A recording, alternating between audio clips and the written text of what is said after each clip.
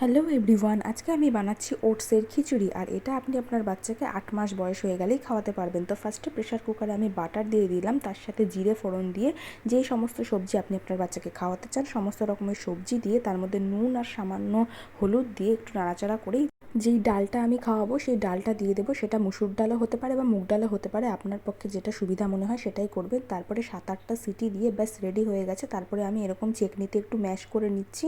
তারপরে আমি ওটসটাকে অ্যাড করব। আর কখনোই কেউ আগে ওটস অ্যাড করবেন না। আর ওটসটাকে আমি শুকনো খোলায় টেলে নিয়েছি, তারপরে সেটাকে গুঁড়ো করে নিয়েছি।